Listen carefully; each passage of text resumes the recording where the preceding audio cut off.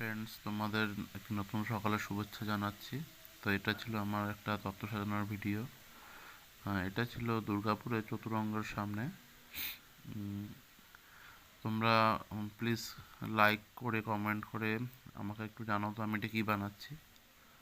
আর পারলে আমার চ্যানেলটাকে সাবস্ক্রাইব করে দিয়ে আমার পাশে থাকো। আর বলো যে আমি যেটা বানিয়েছি এটা কেমন হয়েছে, নিচে প্লিজ কমেন্ট করতে ভুলো না।